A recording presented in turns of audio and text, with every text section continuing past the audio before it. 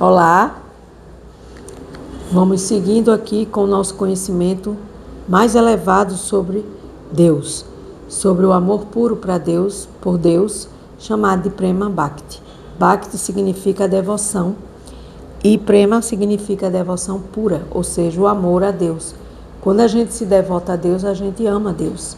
A gente tenta entrar nesse caminho de amor a Deus, porque nós estamos aqui justamente para isso, para que a gente possa entender que a primeira condição nossa como seres humanos é que devemos ter fé suficiente e de que o único processo para se obter este amor a Deus é praticando Bhakti Yoga, que é a yoga do amor a Deus.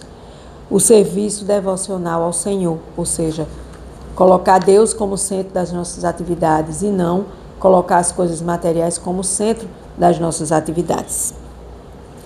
Então, o Senhor, Ele nos deixou uma canção do Supremo, a própria canção dele, ditada e cantada em versos, chamado Bhagavad Gita, a Ciência Suprema. Então, ele na Bhagavad Gita, o Senhor ensina que o indivíduo deve abandonar todos os outros processos de autorrealização. O que são processos de autorrealização? Precisamos realizar que nós não somos. Realização significa sair da ignorância, primeiramente. Eu me realizo nas coisas materiais e não sou feliz. Isso é outra ignorância. Eu preciso realizar que eu não sou um corpo. Isso é sabedoria. Eu preciso me autorrealizar. Eu e Deus, Deus e eu. Então, nesse processo de autorrealização, a gente precisa se render a Deus e entender que a gente não controla nada, que Deus é o controlador, o observador, a testemunha de tudo. E assim a gente deve entregar a nossa vida como uma oferenda a Deus e praticar a fisioterapia da alma, que chama-se Bhakti Yoga, a yoga da devoção. Então, quem tem fé completa em Deus, quem tem fé completa em Deus, chama-se Shraddha, perdão aqui pela dicção, e se rende completamente a Deus e está apto a se elevar ao nível de Prema, amor puro, que segundo Shri Chaitanya, que é um avatar que veio para trazer o caminho do amor a Deus, é o estágio de perfeição mais elevado da vida humana. Prema Bhakti, a gente atingiu o amor puro por Deus, é o estágio mais elevado da vida humana. Então, nesse processo, a gente precisa de estar no modo da bondade, primeiramente, para que a gente comece a trabalhar este amor puro por Deus e desenvolver Ruchi, que é o genuíno sabor espiritual, o gosto espiritual pelas coisas espirituais e não mais o gosto condicionado pelas coisas materiais. Depois que a gente desenvolve esse gosto extremamente superior a qualquer experiência material, a gente vai para a Shakti, que é se tornar ainda mais apegada à consciência de Deus, ou seja, pensar em Deus sempre, nunca esquecer de Deus, cantar os santos nomes de Deus, convidar Deus para participar da sua vida, já que ele já está dentro de você, como a grande alma na pequena alma, desde que ele criou você. Ele formulou esse aplicativo Paramatma e ele colocou lá a centelha divina junto com a centelha divina menor, grande alma e pequena alma, e não tem como a gente fugir disso, porque isso é uma criação dele. Foi ele que criou a alma, foi ele que criou o corpo, foi ele que criou o mundo material, foi ele que criou todos os planetas, todas as moradas. Então, por que a gente quer ser Deus? Por que a gente quer se assenhorar da matéria e achar que a gente é Deus, né? Então, a partir desse momento que a gente se apega a Deus, a gente desenvolve Bhava, que é o amor preliminar, anterior a Prema.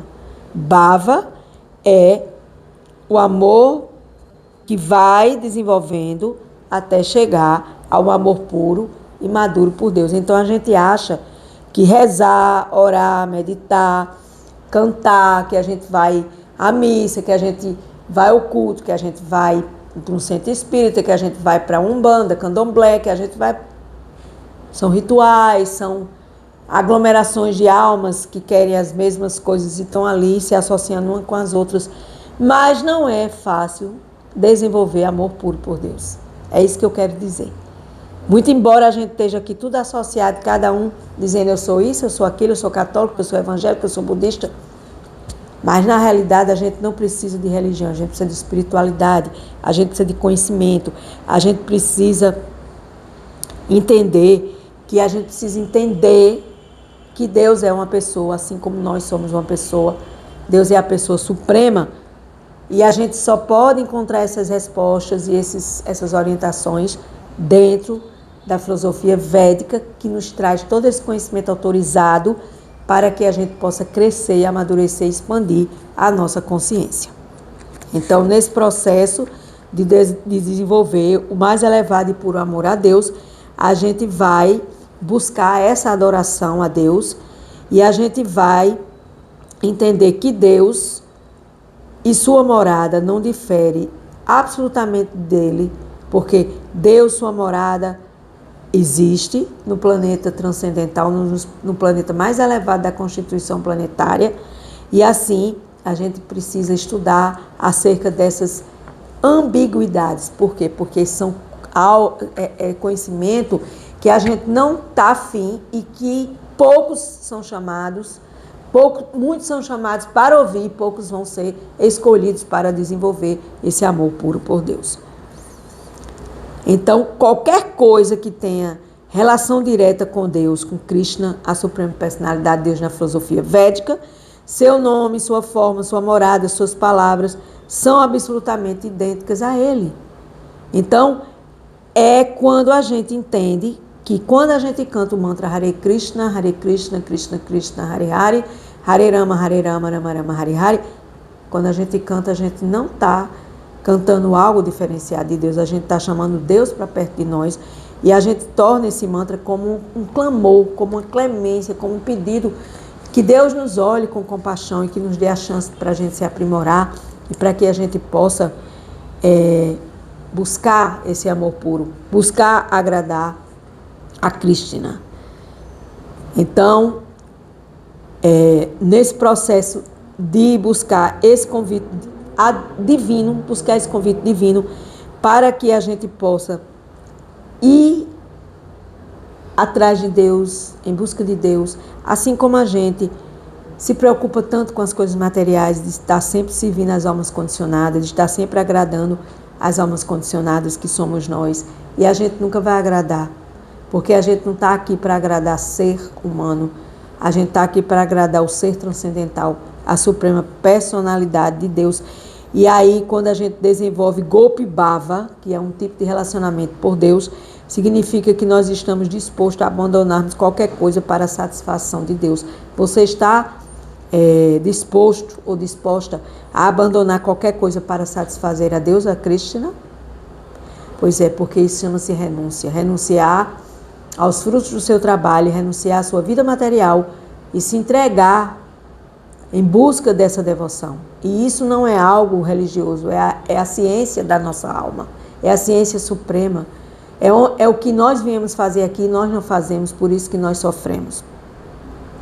Então, a gente precisa refletir sobre nossa situação como alma neste corpo material, cada um em sua situação particular, e assim a gente possa entender e abandonar esse conceito de vida corpórea e ilusório e render-se a Deus. Vou repetir.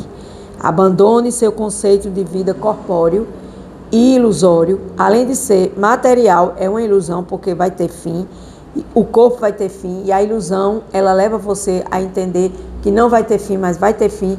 Mesmo que você recorra a várias metodologias materiais, tudo vai ter fim.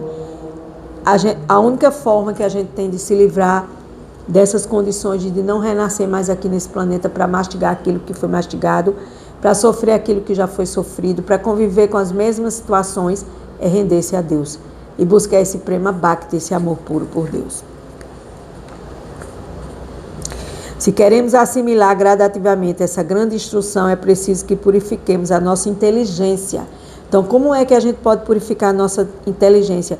A gente pode purificar através de práticas espirituais diárias, todos os dias, hoje, amanhã e depois. Não é um dia e 8 não. E aí a gente se enreda nas coisas materiais e aí já se foi embora aquele dia que a gente dedicou. Então, para que a gente possa trabalhar esse amor puro por Deus, a gente tem que praticar sadhana bhakti ou práticas devocionais. Feito isso, pela combinação da força do nosso sadhana, das nossas práticas, e da misericórdia de Deus, de Krishna, conseguiremos nos entregar a Ele. Além disso, afirma que a mais importante linha da Bhakti Yoga, que é a yoga da devoção a Deus, é, sem dúvida, estudarmos os livros sagrados, estudarmos a Bhagavad Gita, estudarmos as escrituras que nos levam a esse conhecimento, porque sem estudo a gente vai ficar na ignorância, infelizmente. E a gente vai viver tolo, vai viver perdido, vai viver desorientado, vai viver se debatendo nesse oceano de misérias, dentro desse... Imagine você dentro do mar, o mar revolto, seu barco afundou, você tentando nadar e você não consegue sair deste oceano de misérias. E aí você vê lá na frente uma luz, você vê uma mão se erguendo para que você pegue nessa mão, e essa mão é o conhecimento, para que você saia dessa ignorância material e que você saia deste sofrimento material que é estar se debatendo nesse oceano material de misérias materiais. Então, a gente precisa estudar para que a gente possa se tornar no verdadeiro devoto de Deus. E a gente precisa ler as escrituras sagradas, que é considerado o fruto maduro da árvore dos desejos da literatura védica, que são os livros que pertencem à literatura védica. Ana Cláudia, será que eu só vou evoluir se eu estudar literatura védica? Não. Você vai evoluir se você quiser evoluir. E depois que você tomar essa decisão de evoluir, de expandir sua consciência, você vai buscar o caminho mais exato para você, onde você vai se encontrar e vai dizer, é isso que eu estava buscando a minha vida toda, como eu encontrei esta filosofia védica, como eu estudo a Bhagavad Gita e como hoje eu me identifico totalmente com esse caminho de Bhakti Yoga, que é aprender a se devotar a Deus em união, amor e devoção. Então, nesse processo, a gente precisa estudar, ler. E a filosofia védica, ela assim, é extensamente grande no sentido dessa informação transcendental acerca de Deus, acerca do absoluto. Então, assim, citarei aqui o Srimad Bhagavatam, que é uma dessas escrituras. Todas as histórias que estão contidas no Srimad Bhagavatam, o fruto maduro da árvore dos desejos da literatura védica, prestam a descrever o verdadeiro yoga, a verdadeira yoga, e a revelar a ciência da consciência de Deus, como ela é. Então, existe outro livro, estou citando aqui livros que você pode, mas é tudo muito estranho, é tudo muito confuso, eu não entendo essas palavras, eu não entendo este caminho, porque não quer. Porque quando a gente quer, tudo passa a ser compreensível e passa a gente a ter esse caminho de luz para a compreensão de Deus. Então, buscando este modo da bondade transcendental, completamente livre de qualquer apego mundano, de qualquer enredamento mundano, nós vamos lendo, estudando, se informando e agarrando nesse barco do conhecimento transcendental para a gente sair desse oceano de misérias. Mas aí você não quer, eu não quero. E aí? O que é que pode acontecer? Nada. Porque tudo depende da sua decisão de você querer desenvolver o mais elevado e puro amor a Deus. Porque Deus ama um coração puro e devotado a Ele. Deus não vai amar as pessoas que estão na escuridão. Mas não dizem que Deus ama tudo e a todos, indistintamente? Pois é. Mas você também tem que fazer a sua parte. Você também tem que fazer a sua função de alma em direção a Deus, porque Deus é nosso Pai Criador. E a gente precisa mudar os nossos hábitos de vida materiais, mudar as nossas associações contaminadoras, e a gente precisa dar uma guinada na nossa vida para que a vida da gente se torne uma vida mais espiritual, mais transcendental e menos material. Então, nesse processo, a gente vai entender que precisamos buscar o estágio mais elevado da vida humana, que é desenvolver amor puro e incondicional por Deus. Lembrar de Deus 24 horas e nunca esquecer de Deus. Confiar plenamente em Deus e depender exclusivamente da misericórdia de Deus e manter um relacionamento com Ele diário.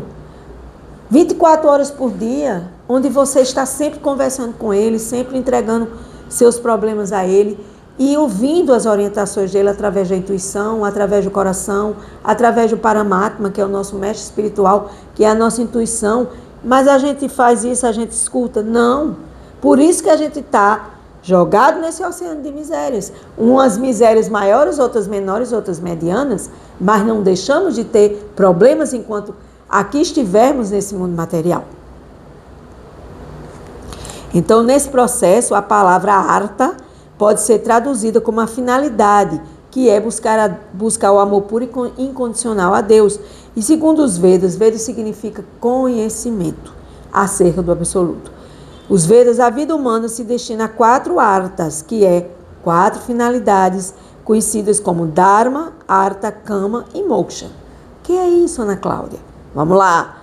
Dharma significa a importância de se cumprir com os deveres, no sentido de se encaixar no seu Dharma social, na sua classe social, no seu trabalho que você tem que exercer. Ou seja, posicionar-se tanto social quanto espiritualmente para, desse modo, cumprir seu papel na sociedade. Tanto espiritual como materialmente, não é só materialmente. Este é apenas o começo de uma vida humana, civilizada e progressista, ser uma pessoa ética e religiosa, cumpridora dos seus deveres, sem egoísmo grosseiro.